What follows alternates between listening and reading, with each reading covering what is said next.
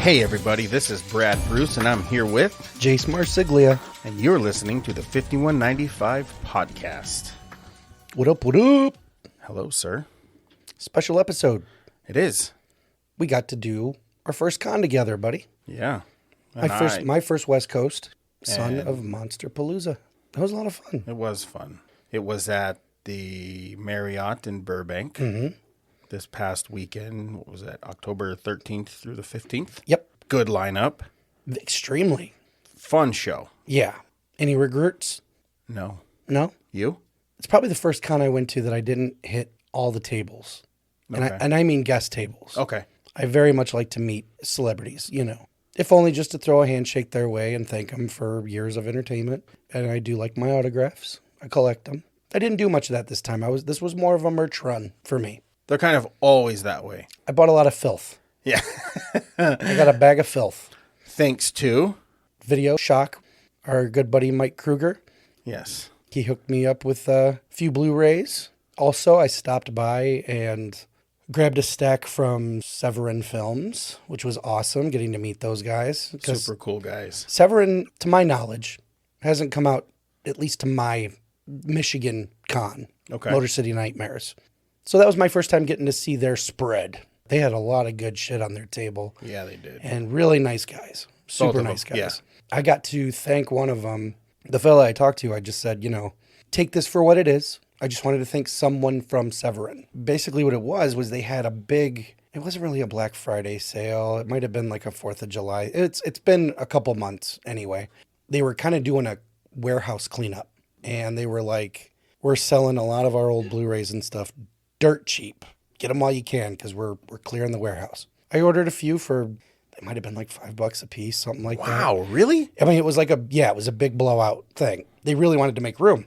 And this sounds really trivial when I say this, unless you're a collector, you get it. I was upgrading a copy of Turkey Shoot, which is some people know as, was it the Escape 2000 with Olivia Hussey?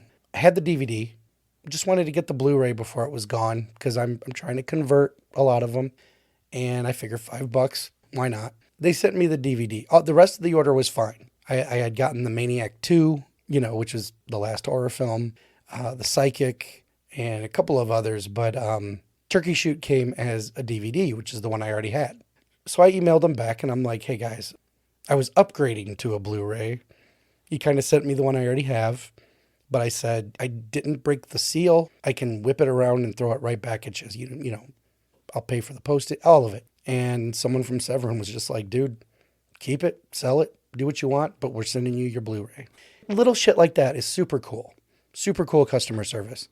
So, I mean, aside from being able to bullshit with the guys from Severin for the first time and really get a look at a lot of the stuff they bring to cons, it was nice to be able to throw that thank you their way and them just be like, that means a lot. It's cool that you even remembered that. And I'm like, of course. A lot of these customer service joints, it's very clinical. It's very, what's your order number? All right. Just almost like they can't be bothered. Severin was super cool, man. They were not only quick to respond, but they were like, dude, we made a mistake. And now you got 2 copies, buddy. It was just neat.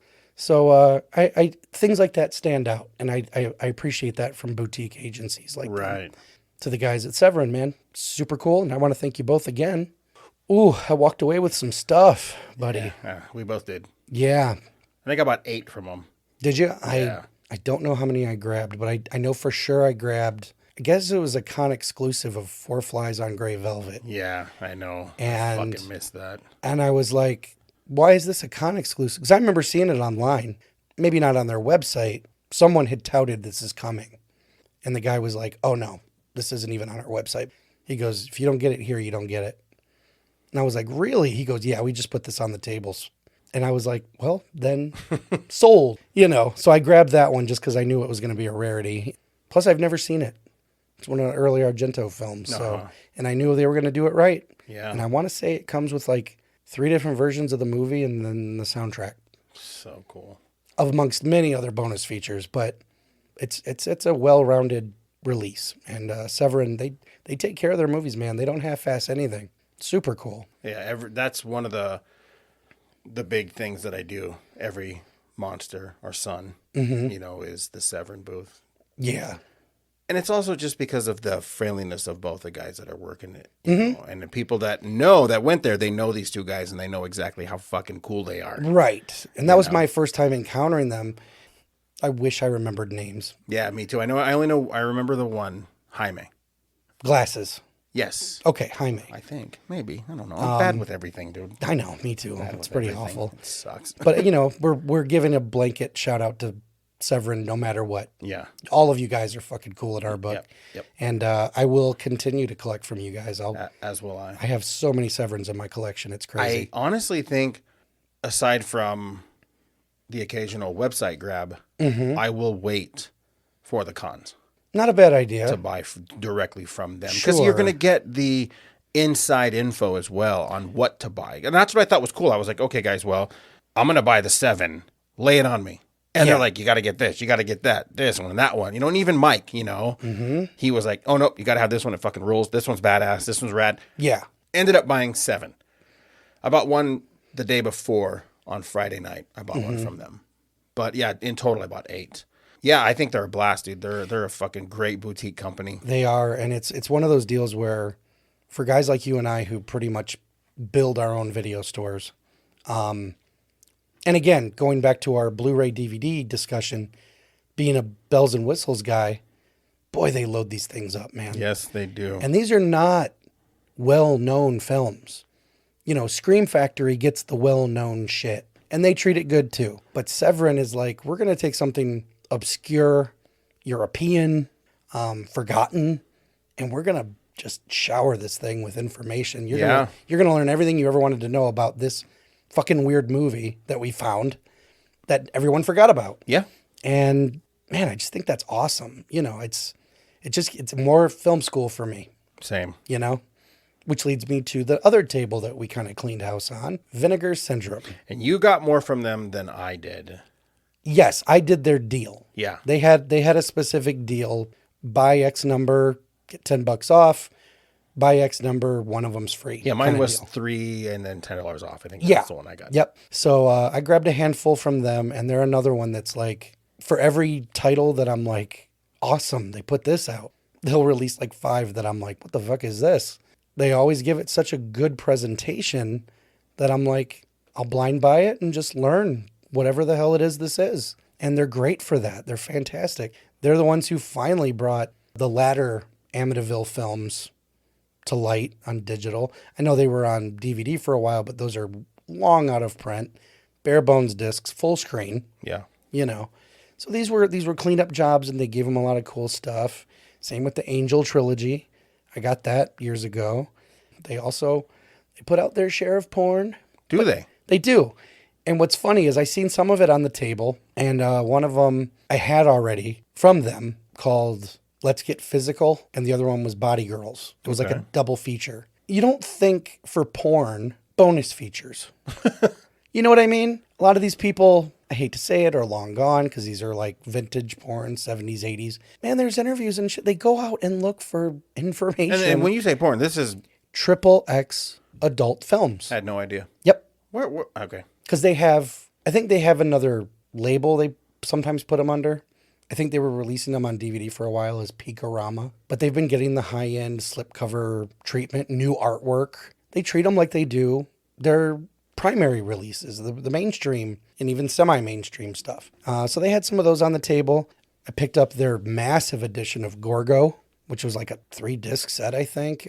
Ticks from early 90s. Grabbed that. And something called The Demon Rat, which is, I guess, a Spanish horror / action film. Never heard of it, but fuck it. It's there, and they lavished it with all kinds of cool shit. Mine. Yeah. I'm gonna take it home and check this out, Yeah. But they were good people too, and very knowledgeable and very friendly. I actually had a bit of a credit card snafu at their table. It's a little embarrassing every time it happens, but it's one of those deals where my card was like, is this really you? You're a Michigan native. and someone's spending money in California. So at one point, I had my little stack I was buying, and it was like declined, declined. And I'm like, fuck. But I heard that was kind of par for the course for a lot of people. For a lot of people, apparently. Yeah. So I was like, damn, I kind of had to just be like, well, here you go. I'm sorry. Right.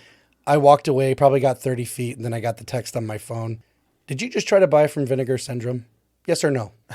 I hit yes. They're just like, try again. You're fine. Just needed the verification. So I trotted back over and I'm like, okay, I had this one, and this one. Do you mind if we just, and she's like, yeah, let's do it. Hell yeah. And it went right through, but it was like they were patient about it. It was Saturday. It was a busy day. Oh, no. So it was Sunday, but it was still really busy for a Sunday even. So people were waiting and they were like, no, come here, man. You're good. Just, we'll take care of it. So again, just like Severin, Vinegar Syndrome's another one that I will just continue to patron because nice people, quality products, great movies, and really, really fucking obscure shit. I saw you picked up, I think, The Birds 2. I did. I got The Birds 2, Freeway 2. Oh, that's right. And Flesh Eater. I did pick up Flesh Eater. Okay. I do have that now. I love Freeway 2, by the way. I've never seen it. And it's fucking bizarre. But you know what? It's a solid, entertaining flick. The first one went to theaters, yes? Yeah, I think it limited, but it was still at theater. Freeway 2 was like a direct-to-video? I believe so. Okay. Yeah. Even that, though, look at what they did for direct-to-video. Oh, yeah. They made it look as important as the first. You got to check it out because it is a really fun movie. I'll have to. If you do like the first one, you will like the second one as well. The first one I need to rewatch. It's been a minute. I remember, I know I've seen it. I always love the fact that Freeway was Little Red Riding Hood. Really? That's what it is. It's the story of Little Red Riding Hood. But not to get too off topic because we're talking about movies, but it's like the point is Freeway 2 could very easily be a forgotten direct-to-video bin movie. If not for... And Vinegar picked it up, dusted it off, and gave it a fucking... It sent it to prom, man. I mean, it had a cool slipcover. I didn't really look at the bonus features. The art was cool. Yeah, lots of that. That's what they do, man. Vinegar and Severin, they're really archaeologists about this stuff. They look up some really cool stuff. So yeah, both tables were a blast. They were to go to. I mean, I think we hit them several times throughout the 3 days. Yeah, the first 2 days I was circling like a shark. Yeah, even if not just the bullshit with the guys from Severin. The ones from Severin were just super friendly and fun to talk to. Yeah, and Mike is good friends with them, as well. So it was cool. Those guys were just fun to bullshit with. Yeah, those first couple of days I was just kind of roaming back and forth like, what you got? What's that over there? And then Sunday I took my bite. Yeah, you did. And you said you were going to do that. You were hunting and nibbling. I nibbled Friday and Saturday, but I bumped the boat once or twice. Just wanted to see if there was life in it. But on Sunday you devoured. I said, fuck. So yeah, walked away with what I call a lot of quality filth. Amen. Because I'm, at this point, I don't know about you, and not to steer too far off topic, at this point in my collecting career, I think I have everything I want. I think I have everything that I've coveted, movies that I've liked that have made the leap. I think now I'm going for weird and obscure. Now I'm looking for shit that I'm just like, I have no idea what the fuck this is, so I'm going to check it out. I'm at that point in my collecting. I see that. Where I've got all my Jasons, I've got all my Michaels, I've got the big ones. I've got all those, and I've even got a lot of the obscure ones that I used to see as a kid. Now I'm really doing the blind buy. And I think these are the companies that really mine the diamonds out of the rough. In my opinion, Severin, and Vinegar as well. But I feel like Severin filled the gap of losing Anchor Bay. Yes. For me. That's a good point. Because Anchor Bay did put special features, documentaries, interviews. Lots. Yeah. And I was absolutely in love, with Anchor Bay. Same. And I have, as and we talked about in the past, I have hundreds of them, and watched hundreds of them. Yeah. And it was cool because, with us collecting, and this is like, another one of those things that I can take from a con experience and now I can adapt it into my real life. When we were talking to the Vinegar Syndrome people and the guy was like, oh, I have a wall that's just new, unwatched. Yeah, in his collection. Yeah, and I was like, holy shit, that's a great idea. Super cool All idea. factory sealed stuff. So that's what I'm going to end up doing is putting all my factory sealed, unwatched wall. Wow. You know, like I want to do that because I'm like, really that's fucking neat. Cool. It is neat. That It is a fucking cool idea. Yeah. Because then you can literally pick from like something I've already seen or something I haven't seen. Yeah, this wall over here is just the shit that I need to get to. Yeah, that's very fucking This cool. is my to read pile Yeah, that people do with books. That was very fucking cool. And It I was. will definitely be doing that. Yeah, I may have to do the same when I fly back.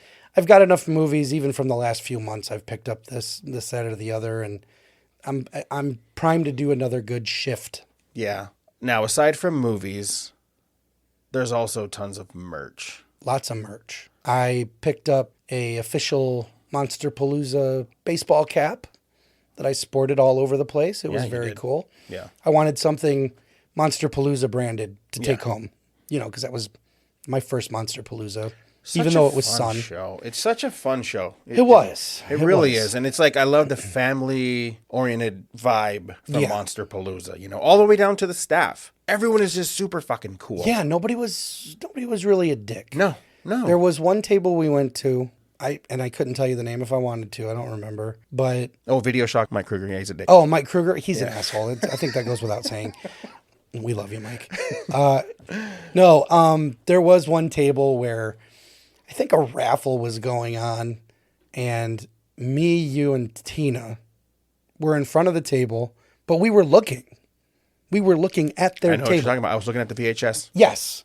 And one of the guys behind the counter made this comment like, you know, if these guys would move along instead of hanging out and blocking the line. And I remember looking around and going, we are the line, you asshole. Yeah. It's the three of us. Yeah. So that guy was a prick. And then like he had kind of a bruiser buddy next to him who kind of got up, stretched, and walked around the table like he was going to have to, you know, mosey us along. And it was like, the fuck is this? Yeah. You know what I mean? So aside from that, which I don't think I bought anything anyway, that was the only one that I caught like two'd. Yeah. So I was just like, whatever, dude. You know, and with his table, he had a ton of VHS and it was okay. There might have been one thing I would have bought, but the condition was a little rough. But I hate this. Nothing is priced on this used stuff. I don't like that at all. Yeah. You know, and it's like, come on, dude. Because now you're car dealing. Yeah. And so it's like, what? It's 20 today, but if someone else asks you, it's 5 or 10 or 50 or 30. You know, and I'm like, nah. No, just put your stickers out, dude. Yeah. And the majority of people there, everything is priced. Yes. So, merch-wise, what I'm really trying to do, I want to start a full run of Fangoria and Gorezone. Oh, nice. And so I'm going to start with just trying to catch the first 50 of each in numerical order. How long did Gorezone go? Now, that one I'm not 100% sure. I know on that one, I think I only have like 4 or 5 of them. Mm-hmm. I just love the hard-assed covers of those things. Yeah. I know I have number 1 and 2 and maybe like 5, 7, 8, something like that. I wish I knew the title of the magazine, but a buddy of mine in elementary school, probably shouldn't have had this, he knew I was into horror and was like, I've got a few magazines if you want them.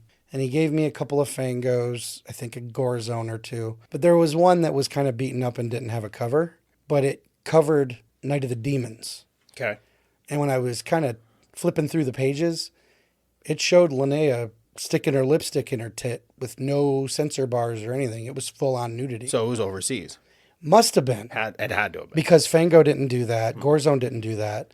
And it was just kind of like, that always stood out because I'm like, I've kind of collected a lot of the magazines that I've wanted to. Right. Never ran across it. So even if I, even if we can agree that it's a European magazine, I have no fucking idea what it was. But it was a good one, though. It was like, obviously, if it had Night of the Demons in it, it was like 1988. So I'm sure they had stuff about like Halloween 4 and Hellraiser. And, I just remember it being a very colorful magazine with a lot of cool pictures. And I never found out what it was because if I found out, I would have tried to collect it. You know what I mean? Yeah. This weekend, I was able to pick up quite a few issues of Fango. Thanks to Mike. Yeah, Mike had a good spread. I think I got number 2 from him. Yes. Like number 20, number 22, number like 7. I saw you 10. grab a Creepshow one. Got a Creepshow Ups one. and Pratt on the cover. Yeah. Did you get the Halloween 3? I did get the Halloween 3. Okay. Yeah, I got quite a few of those first 10. So you've got a good jump on your goal. I do got a good jump on the goal. Like I said, I'm going to start at 50, and once I get through 50, then I'll start kind of getting everything, like the big number or the key issues, then it'll be easier to fill those gaps. Sure. So yeah, so I did that. I don't really buy a lot of toys just because I get everything from Mike. And he's on Instagram, so look him up. He's got great shit. Yeah. Which I know he'd be a good hookup. Yeah, he definitely is. And I know we're going to have his show dropping soon. Yes. It's either going to be before this one or after it, so I don't know. We may have already done it. Yeah, so... You may have already met Mike. Yeah. The likelihood you have. Yeah. Oh, no, you definitely have. Yeah, it's funny because I can't tell you how many times, not just at this con, but several cons when we're at his booth and I hear someone say, like, are you at Frankenstein's? Really? Yeah. He gets recognized for that a lot. Because, I mean, even at Frank's, he's got one of the best booths. He's the mainstay. Yeah, it's fucking awesome. Like, I think the best thing about Mike's booth at Frankenstein's is his fluffy crate. I don't know where he got that thing. Whoever he got that from is fucking badass. Are they, though? Because I feel like whoever gave it to him made a huge mistake. Really? They could have just kept it or given it to a true buddy, not just one who would hawk the wares. Mike, let go of me. Jesus. But no, you're right. The crate display is just super cool. No, it's super cool. Yeah, it's really cool. It's precariously hanging directly above Mike's head, Uh-huh. like a potential Looney Tunes disaster. But yeah, no, it's super cool. And I'm sure he appreciates it. It's probably a good conversation starter. Oh, it is. It's funny. Like I've even gone in a couple times and like tagged like Fluffy Crate Frankenstein's and like just customers. Taking pictures of it and like showing up. It's like, all right, that's cool. Super cool. Yeah, it's cool. Well, why don't we get into some of the guests that were there? Good idea. Again, we didn't really patron the tables. Not too much. But I think we have stories about everybody. Just about. Yeah. Top to bottom, the big one was Sam Raimi, who was there Saturday and Sunday only. I didn't go visit Sam, but he ran into me a couple of times just down on the floor. Super cool, If he wasn't kind of being ushered along, I probably would have stopped, thrown a handshake his way, but he was busy and he was taking some pictures with people, which was really cool, especially since I think his information said nothing outside of pro photo op. He must have finished the photo ops and was just like, yeah, cool, picture, whatever. So he seemed nice. He seemed like a good guy. And I got to hear some of his Raimi-isms, like he was with Mike Estes, who's a manager. Super cool guy. I've got a story about him. But I think at one point Mike and I were talking, and Mike Estes and I were talking, and Sam was just like, hey, moneybags. Hey, buddy, get over here real quick.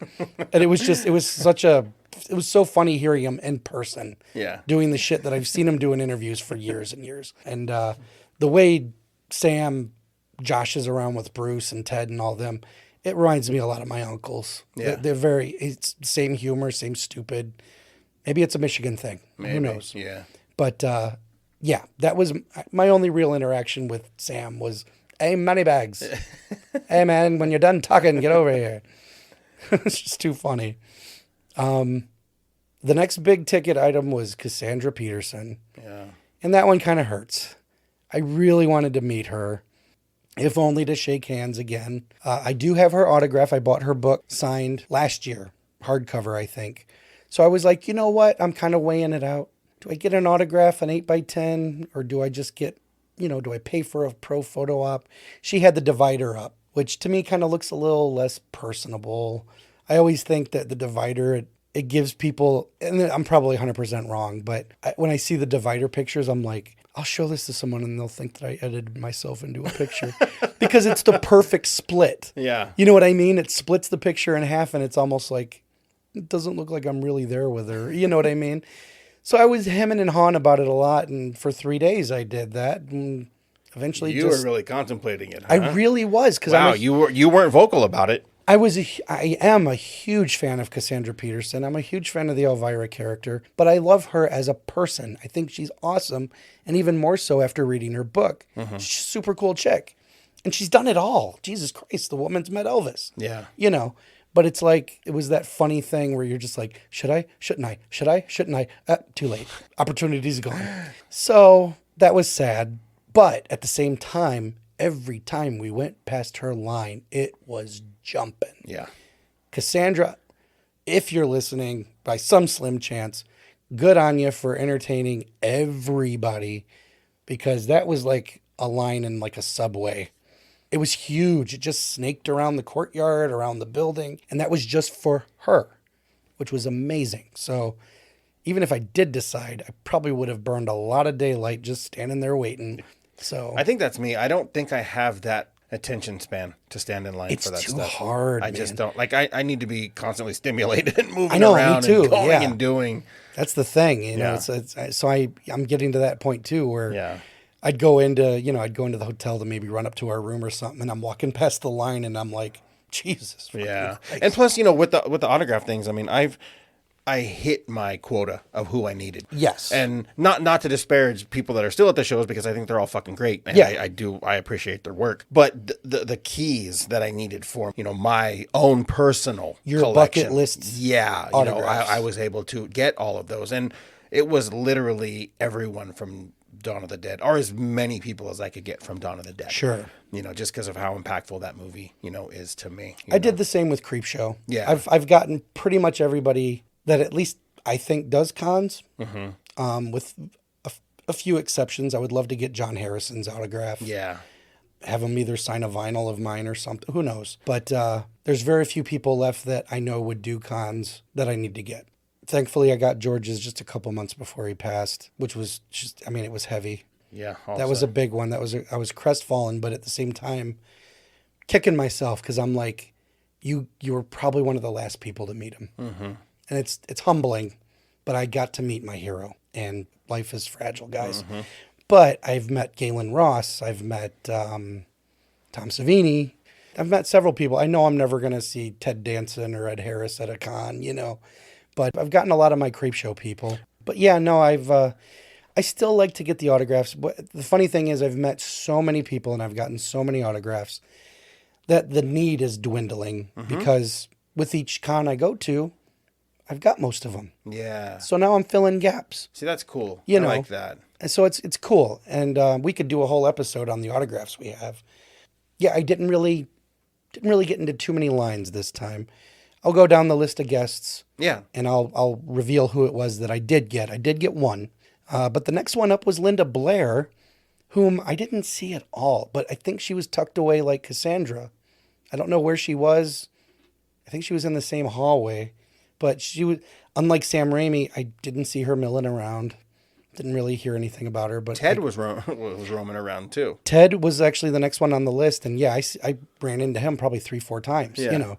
So yeah, Ted he was active. He was out and about. He was one that was at Motor City this past year. Okay. And I got to meet him there too, but just didn't have enough money to, you know, belly up to the table and talk to him. But the next one on the list was Devon Sawa from Final Destination, Idle Hands, the new Chucky series. He's one I've been like a casual fan. You know, I love Final Destination. I thought Casper was cute. He's in that for a minute. He wasn't one that I was like a constant go-to, but his table was jumping. Yeah, it was. And Devin seems like a really appreciative guy. You know, he's one of those, you know, if you sit back and people watch, which we did a lot of, I'm watching Devin's table and he could tell he was just having fun with everybody and just seemed really appreciative. And it was one of those deals where if I had a little extra money or some time, I might have stepped up and just said, "What up, dude?" You know, because this whole Chucky thing he's doing, I watched maybe the first season. It's up to like 3 or 4 now. Wow, is it? Yeah. I actually stopped because the show started to tie into some of the Chucky sequels that I've not gotten to yet. Okay. Because I've only seen Child's Play like 1 through 5. And there's like a 6, 7, 8. I don't know. There's Cult and Curse. And, you know, I have them, but I've never gotten around to watching them. And I was like, now they're getting into things in the show where I'm like, I don't know what's happening, so I need to bail. Yeah. I got to get caught up. But from what I saw, it was really cool. And Devin seemed to be like a pretty cool character. He's playing, when I saw him, he was a dick. He was like a abusive dad. But then he also played his dad's twin brother, who was nice. So you got to see Devin kind of be the dual Jekyll and Hyde That's cool. thing. And it was fun. It's pretty neat. Harvey Gillen was there from What We Do in the Shadows, Werewolves Within, which is a hilarious fucking movie. He was there. I saw him roaming around quite a bit. Mekhi Phifer was there. You saw him, I didn't. Yeah. I wandered around a lot, but I didn't see him. He's one that he's done so much, and I probably still would have gotten an autograph for High School High. Okay. Because it's just such a fucking funny movie. That's a good pull. I love that movie. But yeah, the guy's done tons. He's been in I Still Know What You Did Last Summer, Dawn of the Dead, the Zack Snyder Dawn of the Dead. Right. Which I still thought was entertaining. I did too. We also had Ola Ray, who was the gal from the Thriller videos, which looks amazing. She's the same. Yeah. She looks amazing. Yeah. But they were celebrating the 40th anniversary of Thriller. Yeah, the Thriller exhibit was badass. The exhibit was so fucking cool, man. Yeah. The statues looked amazing. Yeah. They had a TV that was just on a constant loop of the music video. Yep. But yeah, she kind of had her own room to herself. And she was like the end of the Thriller tour. And very preferable, very cool. But yeah, she's still beautiful. Super cool lady. Adam Green was there. I didn't see him. I think you said you might have seen him at some point. But he's one that I had a correspondence with years and years and years and years ago when I was first starting out. And it would have been nice to just walk up to him and tell him... thanks for the encouragement. Because I did send him a fan letter. And I mean, we're talking Hatchet 2. Okay. So it's been a minute. He wrote me back, gave me some good advice, lots of encouragement, gave me a signed Holliston poster that I didn't even ask for, which was awesome. Would have been cool just to say hi and tell him, hey, I'm sure you get this a million times a day, but I wrote you a letter and you gave me a push. So I like to let people know when they did. Now, my autograph is from Sybil Danning, who I was sharking her table a lot. Mostly because, of course, she was a huge crush when I was growing up. She was Pam Anderson before there was a Pam Anderson. Most people know her from, Howling 2, Grindhouse. She's been in Grindhouse, and she was in Rob Zombie's, was it The Werewolf Women of the SS? But I kind of grew up, not just off the Howling, but I did a lot of the, we call them whip movies. Women in Prison. And boy, did she do a lot of those. She was always like queen of the cell block. Yeah, for a budding young man growing up, Sybil Danning was, she was quite the looker, And I got to meet her. I got an autograph on an 8x10 of her from the movie They're Playing with Fire, which for those who haven't seen it, it's relatively obscure, right? I think that was at Anchor Bay too. I had it on Kino Lorber on Blu-ray. I'd seen it as a kid, probably on HBO, something like that. But I revisited it about a year or so ago, not even knowing she was going to be at the con or anything. And was very surprised that they gave her so much to do. Because yes, it's every kid's fantasy. He gets to bang his super hot teacher, which is obviously scandalous. But she and her husband are roping someone into a plot to kill somebody for their property, and he's too naive to know the difference. She actually gives a pretty deep performance because she doesn't like what she's doing to this kid. For someone who is, let's face it, usually hired to take the top off and just look hot, They're Playing with Fire was kind of a good movie for her. I thought they really let her be an actress. Yeah. As opposed to just the eye candy. She really took time with you. She did. And it was really cool, just the way the interaction between you two. Like, yes. We were watching it, because Tina was going to take the picture for you. Yes. So we were just kind of hanging around, but she was like super, attentive. She was. And which was nice. I like that. And that's the thing. She did have a little bit of a line. Yeah. There were people waiting. Oh, yeah. I'm always very mindful of that. My anxiety goes up because I'm like, I want to say hi, thank you, all that good stuff, but I want to get the fuck out of the way because other people are waiting. Yeah. No, she was super cool. Loved my shirt. I think that day I was wearing my Halloween shirt and she just goes, that's beautiful. And she comes around and she goes, with the curtain behind me and everything, she goes, color of your shirt. She goes, this is going to be a beautiful picture. And I said, I'm sure it will, Sybil. Thank you so much. When she was done, I actually felt good enough to say, hey, man, we have a podcast, 5195 podcast. When all the strike stuff ends, we'd love to have you on. And she was like, 1 second, trots around back to her side of the table, takes out a couple business cards, gives me an email address. She's all about it. So one day, who knows? We'll mark it now. Yeah. Sybil Danning would like to be on our show, and I think that would be sweet. Oh, it would be fantastic. The stories that she could tell. Yeah. She's worked with so many people, and she's worked so many crazy sets. Oh, it would be awesome to have him. She's a legend, man. She is, and she's basically the queen of exploitation. Yeah, she is. And I'm a huge exploitation fan. I love Grindhouse Fair, which I apologize, people. I had lost my voice this week. This is the best I've sounded in probably 3-4 days. Yeah, easily 4 days. Wouldn't you say? Easily. I've been hanging with Brad all week, and it's been like, croak. So, yeah, I almost feel like I'm pushing it. But I do apologize. If you noticed I'm hoarse, that's why. I wasn't outside It's screaming. okay. The power of editing, you were going to sound fucking fantastic. Oh, my God. If John Vernon was still around. Oh, God. I would just have AI Yeah. replace my voice with John Vernon. Oh, my God. I would just replace you with John Vernon. Go fucking iceberg.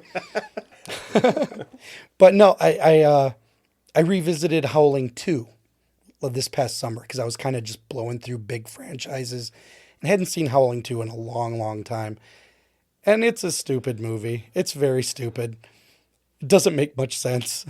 But damned if she doesn't just chew the scenery to fucking pieces. Yep. If anyone in that movie was having a blast, it was Sybil, and you could tell. Yeah. She was just having a good time. But the thing is, they shot it way back behind the Iron Curtain. The story behind the making of that is probably more fascinating than the movie itself. And I'd love to pick her brain about working in a place that, I guess if you went out at night, you might get killed by KGB. You might want to stick with your concierge. And it's just a very turbulent time and not a good place to shoot, but it was cheap. So she was part of that run and gun gang to just dress up as a fucking werewolf, and it's just so funny. You watch her performance. She's in like a werewolf threesome at one point, and it's just, oh man, she's just got a good sense of humor about it. Yeah. So it was a pleasure getting to meet Sybil. She was my only real table stop. Aside from her, we had Bill Moseley, who, is there a con he doesn't show up to? Because he's in Michigan all the time. Yeah. He's at ours constantly. I think he's the Grand Marshal. I was going to say, God bless the guy, man. Conventions. Because, I mean, man, he's a hard worker, and dude flies everywhere. Yeah. Everywhere. I see him at almost every con. And, just God bless the guy. I really want to take the time with him one day. And they did kind of have their TCM2 reunion. I wish they would have had Bill a little closer. It was a weird setup. Because they had what? It was Bill Moseley, Carolyn. and then they had Bill Johnson around the corner. He was around the corner. He was a stone's throw away, but it was kind of a kitty corner. Yeah, he should have been right there with them. I agree. Because TCM2 is my favorite out of the entire Is franchise. Yeah. Okay. Yeah, it's my absolute favorite. I mean, being a Texas boy, Sure. there's nothing hotter than Carolyn Williams' accent in that movie. Accent. Oh, I know where you're going. Go ahead. The fucking Daisy Dukes. God, I would have followed her into hell when I saw that movie. But yeah, she's beautiful in that movie, and I remember when I first saw it, I was kind of put off. Really? I was the first time I saw it because I expected scary. Okay. Because the first one's, it's like madness caught on tape. It's relentless. So the first one really shook my shit up. When I got into this one, it was like, what are we doing? I was like, this is weird. Of course, I was ogling Carolyn for 90 minutes. But by the end of it, I was like, what? This isn't anything like... And the thing is, when you divorce yourself from it and really watch it, it's just like the first one, just bigger, funnier, meaner, more colorful. I've kind of looked at it now as the Evil Dead 2 of the Texas movies. And now it's like, it's almost on par with the first one, in my opinion. Oh, definitely. You know, it's Definitely one that I really had to learn to appreciate. Because the first time I saw it as a kid, I was like, Leatherface scared me last time. This is kind of goofy. And it didn't gel. Okay. I didn't know what the angle was. Right. And to be completely honest, Leatherface 3, with the exception of Next Generation, which the less said about that one, the better. None of them really recapture the humor. Part 2 is an odd duck in that series. Hey, man. But when I saw that fucking poster before Are we talking about the Breakfast Club one? Yeah. Yeah. I was like, this is my movie. Yeah. I was fucking excited. Like, I was excited. Believe it or not, I prefer the other poster where he's blasting through a door. Really? And it says the saw is back or something. Because that looked scary. Had I noticed the other one, in hindsight, I probably could have looked at the poster and been like, oh, that tongue-in-cheek stuff is right there. Okay, we're spoofing something here. Yeah. No, now it's fucking hilarious. I love the movie. Yeah, I need to meet Bill on a more personable level. Yeah. Because I've always walked past his table and been like, "Hey, Bill," and he's just a cool guy. I just want to meet. Very cool guy. But I did get to meet Bill Johnson, not this time, but I believe at a Chicago flashback weekend. And what was cool about that was I never knew if I'd meet Bill because my very first con was in 2008. It was Motor City Nightmares, and it was the first year ever. And Carolyn Williams was there, and Toby Hooper as well. And Carolyn, she took a lot of time with me. Mm-hmm. She came around. She joked with me about Creepshow and all that. I had a Creepshow shirt on at the time. She was like, I fucking love this movie. I think I was wearing the one that I had a t-shirt that had Leslie Nielsen's head buried up in the sand. Okay. And Ted Danson and Galen Ross are behind him as zombies. It's an old Fright Rag shirt, like when they only did like a 2-color kind of deal. Yeah. And she goes, Jace, I love that movie. She goes, you know why? Because whenever I'm waiting on a callback for a job, I just think to myself, I can hold my breath for a long, long time. It was just so funny. We both just died laughing, you know. She was also asking me about The Dark Knight, the Heath Ledger, the Dark Knight movie had just come out. And I think she was asking for her kid. Is it too creepy, too scary, too intense? I was like, no.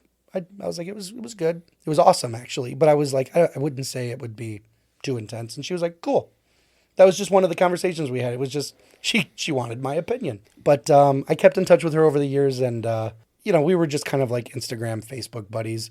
And I wandered over to her table near the end of the day, Sunday. And I played, I don't know if I'd say a prank, but I go, Carolyn, how you doing? And she goes, I'm good, buddy. How you doing? And the thing is, I don't think she remembers me we're dated so far back now.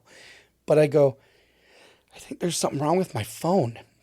I go, the selfie we took earlier, we hadn't taken a selfie earlier, but I go, selfie we took earlier came out kind of funny. She goes, oh, and she kind of stands up and she goes, let me see. I turn it around. It's the picture of me and her from 2008. She's got an arm around me and I'm just kind of like, that's not. You did that I did that here. Yeah. No shit. I did. Okay. Yeah. And I just kind of went, isn't that weird? And she just laughed. She goes, oh my God.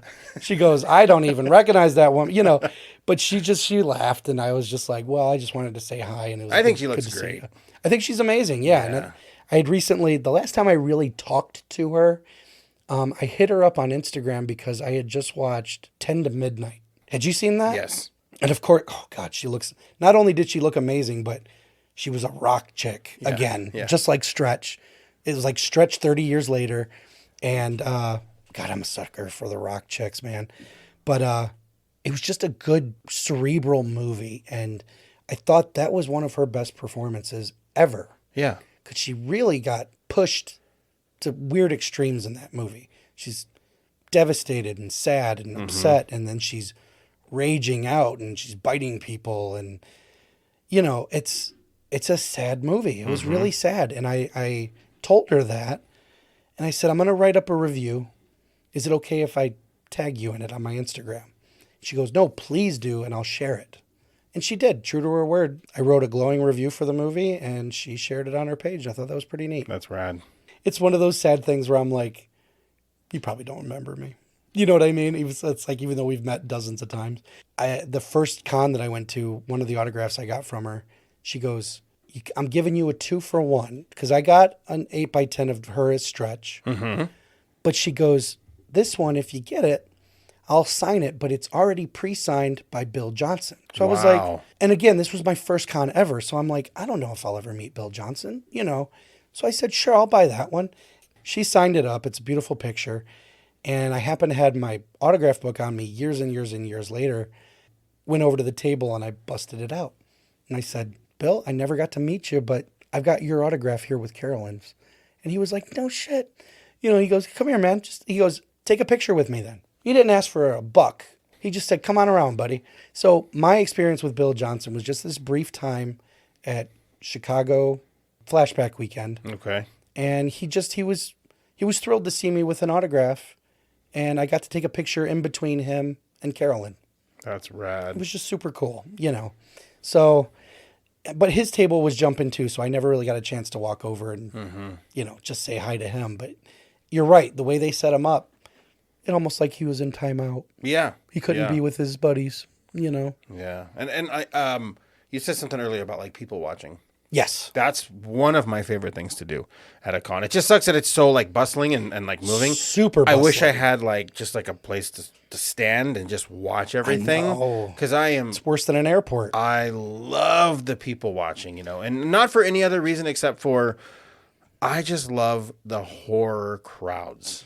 So from the customers to the talent to just everyone there. It's like everyone is super fucking cool. It was. And I just being, this close to Hollywood. Yeah. You have tons of industry people that show up to just hang out. I know. But I know we'll get there, but I want to finish your your lineup.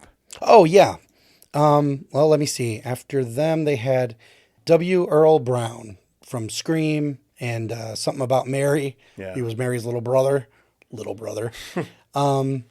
was another one. He was next to Bill in the hallway. And he's another one whose table was just jumping, man. Yeah. And it would have been cool to get his autograph. I don't know if I would have gotten him as Kenny. Was his name Kenny in Scream?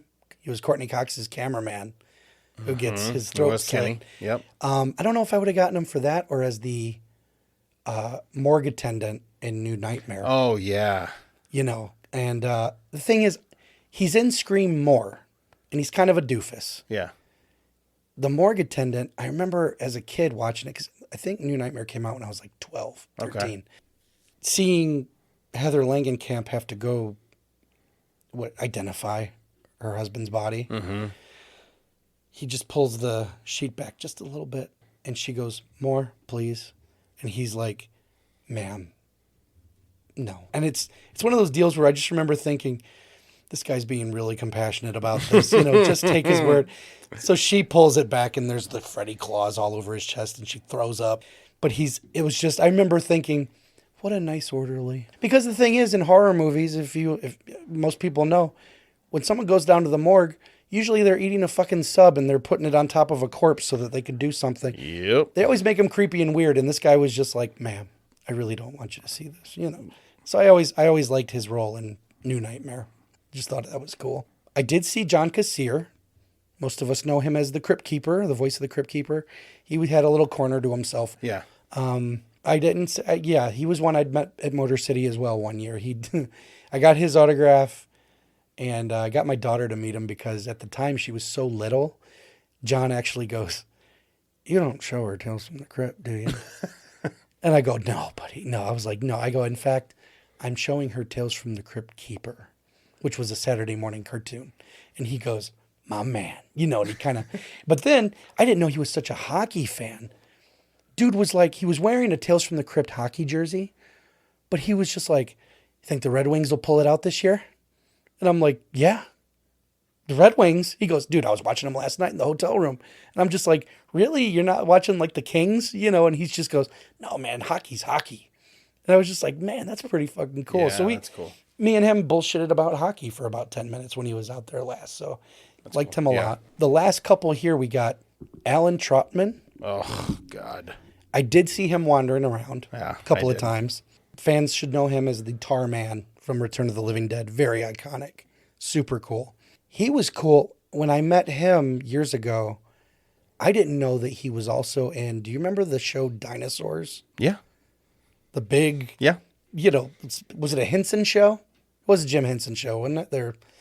But yeah, he's one of the dinosaurs on Jim Henson's Dinosaurs. I don't remember which one he said he was. Wow. But I was like, I fucking loved that show when I was a kid. And, it was pretty neat. I know you were wanting to probably check him out at one point. I did. Never got a chance? No. It's weird, man. I want to work with these people. Me too. So. And I have reached that point. Yeah. In our career where now I'm like, autographs are cool. Handshakes are nice. You want to do something? Yeah. You want to do something together? And it's like, I want to work with Kassir. Sure. I would love to get him, on something. I want to work with Troutman as well. Mm-hmm. I would love to work with Bill Johnson as well. Yeah. Cool guy. So very cool. Because, guy. Now it's funny because I really wasn't like an autographed hound. Just this right now, like this conversation is kind of sparking almost like a new endeavor where I'm like, hey, it would be cool to have Alan Troutman because I have the original, the poster, the one sheet of Return of the Living Dead, signed by a couple of the cast members. And I think it would be fucking rad to have, him on there as well. Absolutely. Like I know I have the Trick or Treat Tarman figure as well. That would have been really cool, Yeah. So it's like, yeah, maybe grabbing him, having Bill Johnson sign like a Leatherface mask or even a fucking chainsaw, that would have been something sweet. Cool like that. So I mean, maybe there might be a few more out there that now I'm kind of like, oh shit, I might grab a few. Sure. No, it's fun. I liken it to the big trunk you always see in old movies where the guy who traveled the world, he's got a big ass stamp, Africa, Egypt. It was a comical way. I'm sure people really did it. Who knows? But it was just a funny way of showing I've been all over the world. Yeah. I look at my autographs like that. Right. I've been all over the horror spectrum. Here's my stamps. Here's my postcards. Yeah. Signed by the people who were there. And, that's just a cool moment in my life. It's a window into a time where I could just be an unabashed fan. Uh-huh. And it gives my kids something cool to flip through because both of them, Maddie, she's well into horror now. She's 15. She's been, like I said, I was showing her Tales from the Crypt Keeper as a little kid. So she's grown up with around this stuff. And it's funny when she flips through those now and again and goes, you met so-and-so? I'm like, yeah, it was pretty cool. That's cool. Jake's getting to that point now too. Oh, okay. Because Jake, I introduced him to the Scream movies, and it blew him away flipping through those when he saw a picture of his dad with an arm around Nev Campbell. Yeah. He goes, you met Sydney? I was like, I met Sydney, buddy. She was super cool. It's just neat. It's cool stuff like that. So I do that at cons, but like I said earlier, the list is getting smaller. I've met a lot of my, not even bucket list people. I've met my bucket list people, with the exception of like John Carpenter. Never met John. Never got to meet Wes. But I would love to meet Mick Garris. And, I'm kind of going down the directors now. But no, now I'm just kind of like, I like that guy's movie. Yeah. I'll go get his because I kind of have everyone else's, know. Yeah. But now, like I said, I'm kind of graduating with you to the point where I'm like, I've met them. I've shook hands with them. I've shared my stories with them. Would you like to work together someday? Mm-hmm. Or just come on our show? It's a little more personal, and it's super cool. It would be so cool. Yes, it would. To work with them. Just to round out this list, there was Sid Croft from Land of the Lost and H.R. Puffin stuff. Super cool, but that show used to scare the fuck out of me as a kid. Like, my mom, she had a tape of it. Because this aired before I was born. This was like a 70s thing, I believe. Mm-hmm. Yeah, same. And according to her, I popped it in every day. She was like, I hated it. She goes, that was the stupidest thing ever. She goes, but you loved it. So I've seen H.R. Puffin stuff more than I ever cared to. And I remember watching it one year as older, maybe in my 20s, and just kind of watching it and being like, what in the acid trip is this fucking thing? It was so weird. It was just one of those deals where I'm just like, I watched this as a kid. I was like, well, it's colorful. I'm sure it kept my attention, but like the talking flute and shit like that, it was just such an acid trip of a movie. It's like a fever dream. But yeah, it was neat to see him there. He was only there on Friday. Right. And he skated. Same with Ed Begley Jr. They both had tables next to each other. Yeah. He's another one that's just been in everything. Oh, yeah. Oh, yeah. He's been in everything. And Yep. It probably would have been cool to meet him. But he had kind of a decent line going. And, I don't know what I would have had him sign. If you had to pick, whether he had it on his table or not, Ed Begley Jr., go. Transylvania 65000. You fucker. It's such a stupid movie. But, It is. I mean, Jeff Goldblum. It is. Ed Begley Jr. Jeffrey Jones. Yep. Gina Davis. Come on, man. Mr. Roper is in it. But yeah. I fucking hate that movie. That was one of the few that just never held up for me. I watched it all the time as a kid. And you just couldn't do it for you, huh? As a kid, it was hilarious. Yeah. See, I must still be a kid because I still like it. I watched it as an adult, and I was kind of like, this is... Oh, I love it, This man. is pretty silly I love it. shit. That's just showing you what kind of person I am. That Sure. I love that shit. No, if I had to pick Death of Some Salesman, Tales from the Crypt, with him and Tim Curry, and Tim Curry, and Tim Curry. And what an unsettling episode. It's so creepy and so gross. And I loved him in it. Or St. Elsewhere. Wasn't he on St. Elsewhere? As a doctor? I'm going to say, I have no idea. Well, even now, most people know him from the Ghostbusters reboot with the chicks and Better Call Saul. Okay, He's a very big character on Better Call Saul. And if it wasn't Transylvania 65000 I would have signed, it would be Curb Your Enthusiasm. Oh, really? Doesn't he play himself? Okay, yeah. And he's fucking awesome. Is he? Yes. Okay. Yeah, that was never a show I got into. It was one you've told me I should check out. Yeah, I had a friend that was doing some stuff on that show when they would shoot like in Santa Monica and stuff. And he said what was really funny was Larry, like at the beginning, would tell everyone or even guest stars or whatever. It's like, okay, so you're just going to play yourself, but I need you to play a really nasty version of yourself. Which that's all they are. Yeah. They're just nastier versions of themselves. This is the multiverse version. Again, we could do, and we should do a Curb Your Enthusiasm show. Oh, I'd have a lot of catching up to do, dude. Oh, really? Okay. Well, no, it wasn't one that I've... Oh, okay. We'll have to save that for another off-air discussion, and then we'll get it going because How many years was that on? I want to say they're about to release their 10th or 11th season. It's still on? Oh yeah, they're filming. Oh, wow. I believe they are filming right now prior to strike. Did it end once and come back? So it's not about ending. Okay. This is what I love about Larry. I don't want to do it. And then he just stops for 3-4 years. Oh, fuck it. We'll do it again. Wow. And it was at HBO? Yeah. HBO was just like, okay. Well, yeah. We'll dig you a spot, you know. But, okay. But, yeah, so. That's one I gotta put on my list then. You should. And the thing is, HBO shows aren't like typical sitcoms, 26, 27 episodes. It's usually like 12 or 13, something like that. So it would move at a good clip. Yep. Rounding it out, we had Joanna Cassidy, who I know Mike was super stoked to meet. Because of Blade Runner. Mike's a huge Blade Runner fan.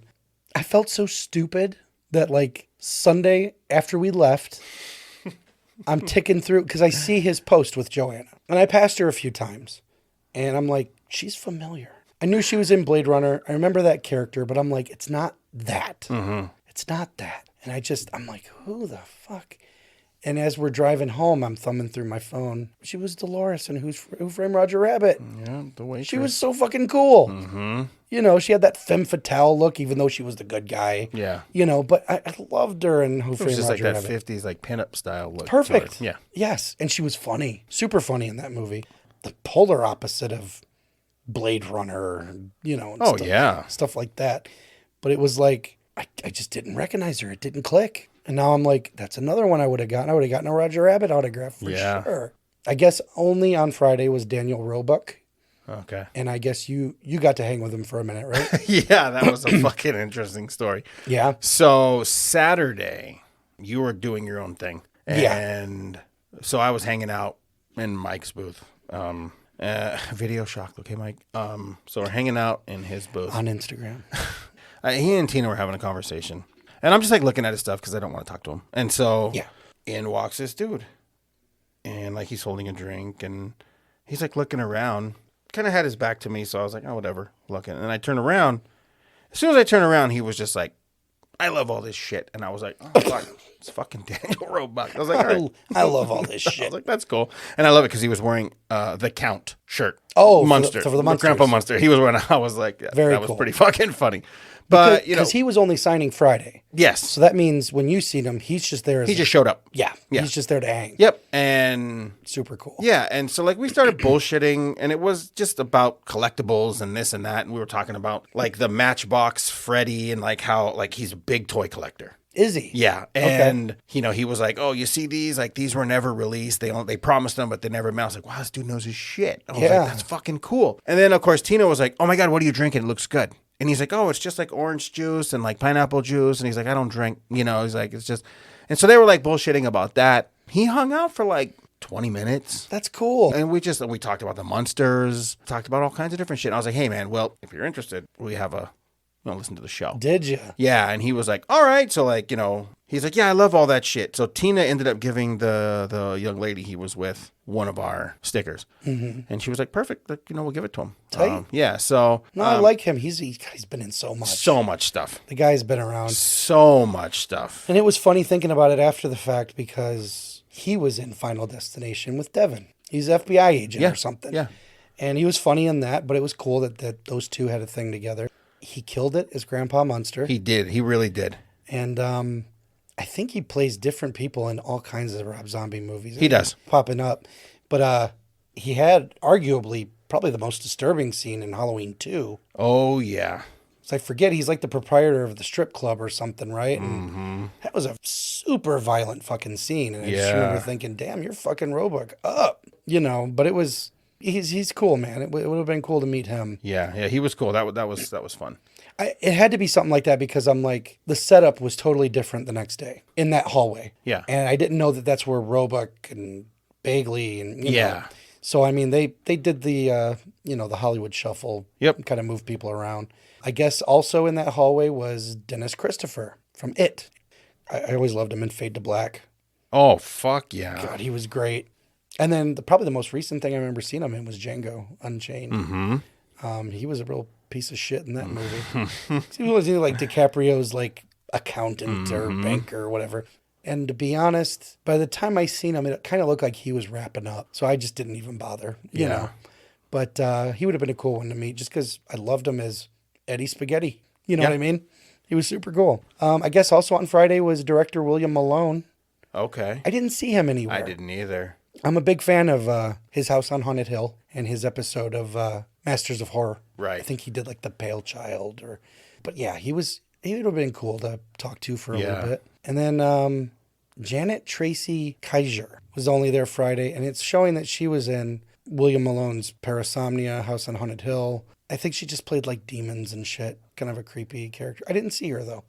And then we had a trio of people from the original Evil Dead. We had Betsy Baker, Teresa Tilley, and Hal Delrich. And again, this is so fucking weird. I met Betsy Baker and Teresa Tilley years ago. Okay. At Motor City Nightmares. And I bought a poster called The Ladies of the Evil Dead. And it's just got the three of them. It's the shot where they're looking down into the cellar from above. I was only going for the one night. I had something going on the next day. Ellen Sandweiss wasn't there. She would have been the trifecta. They were like, well, we'll sign this, but you need to come back tomorrow to get Ellen. Right. And I was like, I can't. So I have this wicked awesome Evil Dead poster that's missing one signature. And how funny, she wasn't here to this one either. What is she doing? I need her to finish my poster. But even Hal Delrich, I've never seen him in anything but Evil Dead. And it would have been cool to... I guess he was only there Friday. Okay. Vernon Wells was there. Saw him for a second. I think I did too. He was kind of tucked back by the Thriller thing, right? That first, I think Sam and Ted room. Yep. Where he was at, yeah. They also had Barbara Bingham from Jason Takes Manhattan. I don't think I seen her there. Don't even know where she was sat. And then they had, lastly, the Sleepaway Camp reunion, which had Felissa Rose, Christopher Collette, Catherine Cammie. I think she gets stabbed in the shower. The bullies, basically. And Karen Fields, who was the bully. Had Tom Vandell, who was another bully. He was the dude. I want to say he's the one with one of my favorite lines. Yo, Angela, why you so fucked up? Just so New York, you know. Yeah. But I guess other than that, there were 2 cancellations. Corey Taylor from Slipknot, and of all people, James Hong Oh, okay. was Yeah. supposed to be there. Yeah. Oh my God, that guy's been in every Have you ever movie. seen him before? Never. Oh, you haven't? Never. Oh, okay. He would have been amazing to me. Yeah, yeah. He's always at Monster. Thing is, he's one of those that the movie he did that stood out to me first was Wayne's World 2 as Cassandra's dad. Yeah. The funniest karate fight in cinema history. But it was one of those deals where as I go back, I'm like, oh, he's in Tango and Cash. Mm-hmm. Oh, he's in Big Trouble in Little China. Oh, he's in Mystery Date. It was just, he showed up I seen him last week as a waiter on All in the Family. The fucking guy has never stopped working. Damn, he would have been super cool to me. But I guess he canceled. It didn't say why. I hope he's okay. He's getting up there, and he did Everything Everywhere All at Once, which I don't know if you've seen it. I haven't. Insane movie, but it's heavy, and he's got a heavy role in it. Wow. Well, good for him. Yes, and it just would have been so cool to meet someone who is literally, out of everyone at this con, has been in more things than probably any of them combined. That guy's a fucking legend. Yep, and definitely is. Yeah, I hope his cancellation was just a scheduling thing and nothing serious. You know, I hope he's doing good. But that was it. That was the haul, man. That was a big lineup. Big lineup. Yeah. Lots of vendors. We had a lot of fun. And we kept off the weekend with a pretty cool exhibit that was, it was tucked away by the 3D theater, I think. Yes. Where Cassandra was signing and Yep. all that. And it was just this little conference room. It was like everything was just on a conference table. Uh-huh. Very nondescript. Right. Super cool, though, man. Very cool. I guess it's called the Halloween Society Unmasked by Ron Majid. Coming 2024. The book, right? Yeah, this is a book coming out. The Halloween Society was founded in the late 80s. This was an exclusive club dedicated to the mask maker's art. Now its colorful history and dramatic influence on the mask industry is documented in Ron Majid's upcoming book, Halloween Society Unmasked. And it's a quote, profusely illustrated tome, reveals how in less than a decade, the Halloween Society revolutionized the collecting world. It says it began with a lengthy run of meticulously crafted fanzines, which they had a few of those on their table. They did. Devoted to Don Post Studios, which was like the Titan. It was it. Distortions Unlimited and House of Horrors, inspiring a whole generation of new artists and collectors.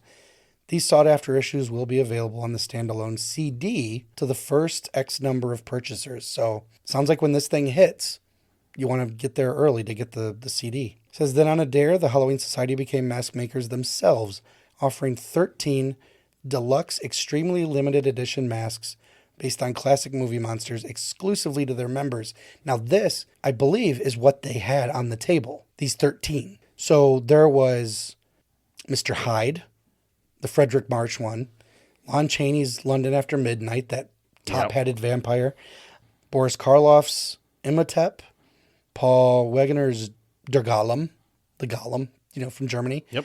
And that's just to name a few. And I believe they had a Chucky doll. They did. We took pictures of a bunch of these, so we'll stick them on our socials as well. And I think we'll tag them. Super cool. Both of them were really cool people, yeah. They had a life-size mummy that I guess they restored. And holy shit. Yeah, that was really cool. They had a really cool thing going on. It was super cool. And, yeah, we'd love to get them on the show just to talk about what they're doing. We shot the shit with them for...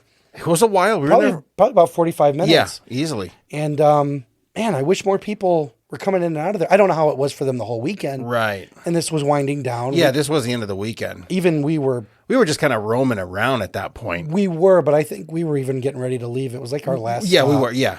Her name was Maura Hochstein.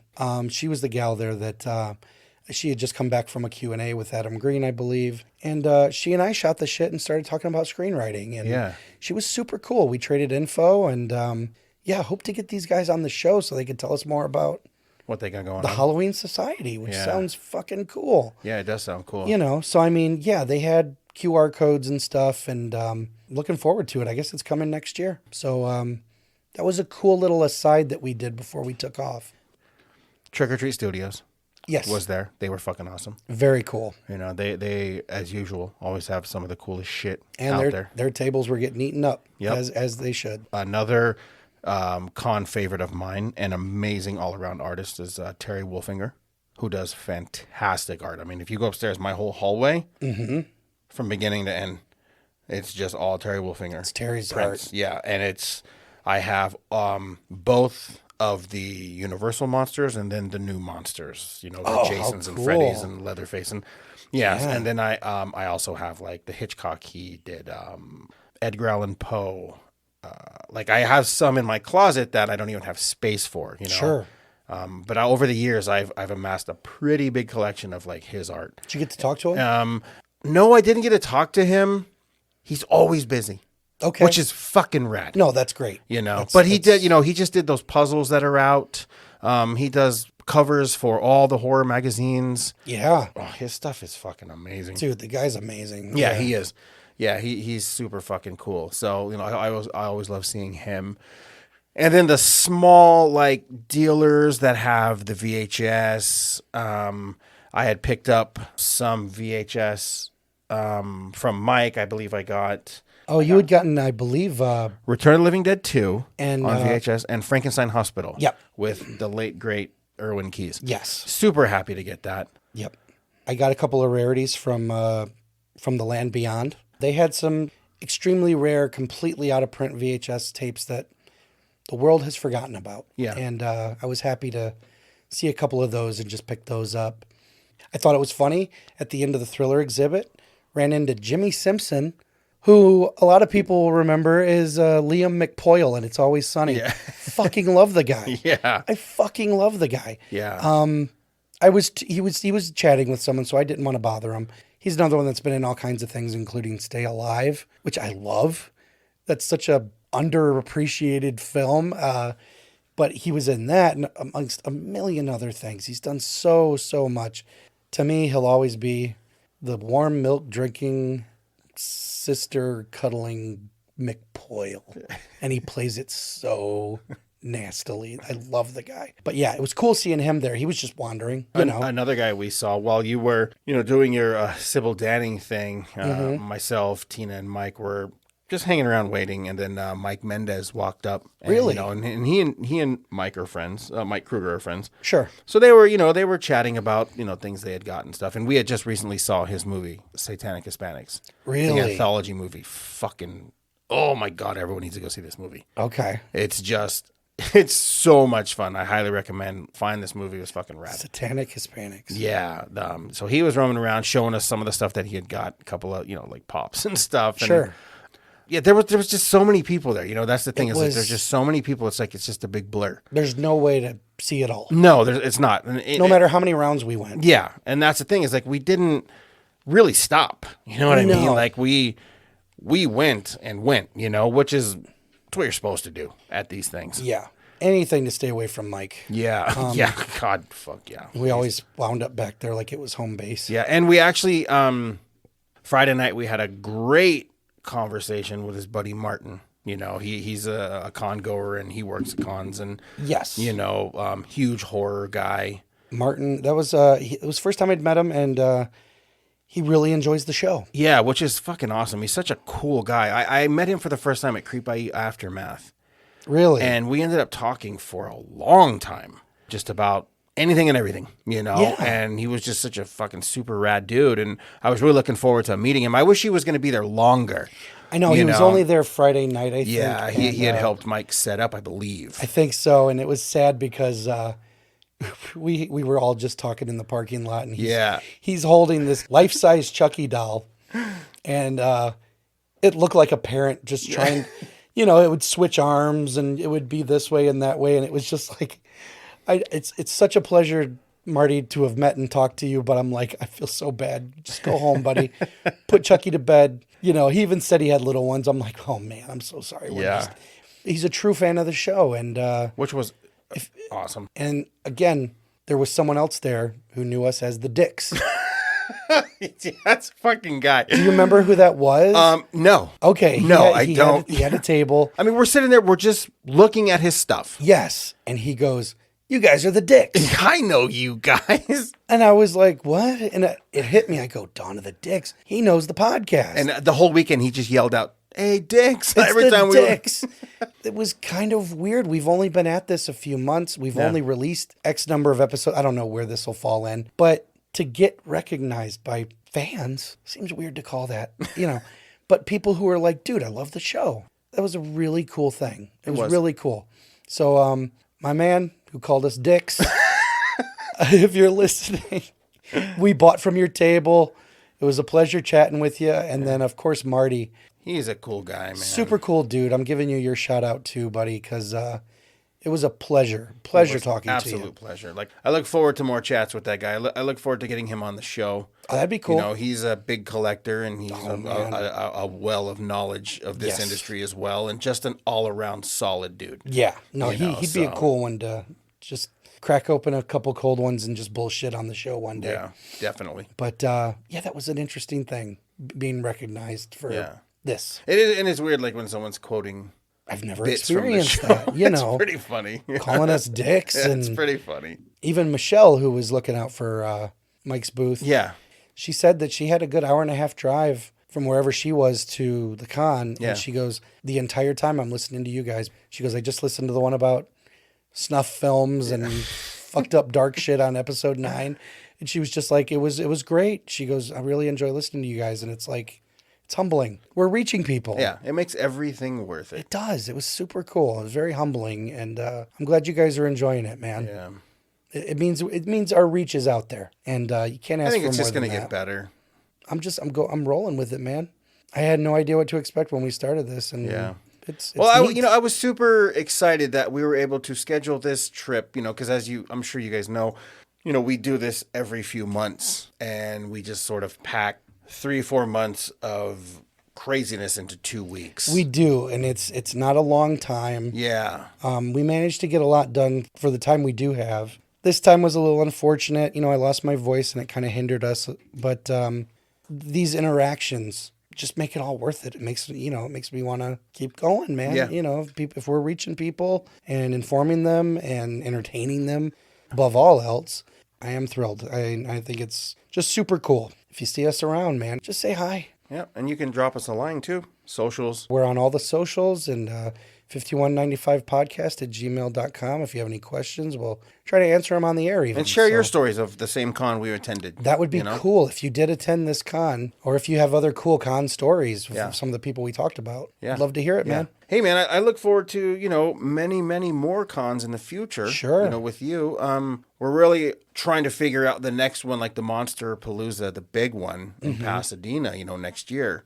Seeing if maybe that's something we could put on the books, as our next trip to kind of bookend or whatnot. Sure. These things. I think that's a really cool thing. And obviously, actually, it'd be really cool, too, to get to a point to where, we're doing a show live from the con floor. That would be neat. That would be a level of success that I look forward to. Yeah, it would be fun. Cool. And we get, just report to you live. I had an extremely good time with you. Likewise. And, jokes aside, had a blast with you, Mike. We're glad you were there. And, I wasn't. Did you hear jokes aside? I still hate the fuck. I said jokes aside. I was like, come on, why are you doing this? Stop pretending. I didn't say for how long, Mike. No, Mike has become one of my really good friends over the years. He's a super nice guy. Oh, yeah. No, this was a fun jumbo convention episode, and we hope you guys had a good time. All right, man. Until next time. Until next Monsterpalooza. Oh, this motherfucker. See? Yeah. Jumbo show, so we can't stick to the... Jumbo show. Okay, jumbo show. So until next jumbo show... No, I'm not doing that. Wait. No? For this, we'll do... How about until next show? How about until next horror convention? Or how about... I'm just rambling. See you guys.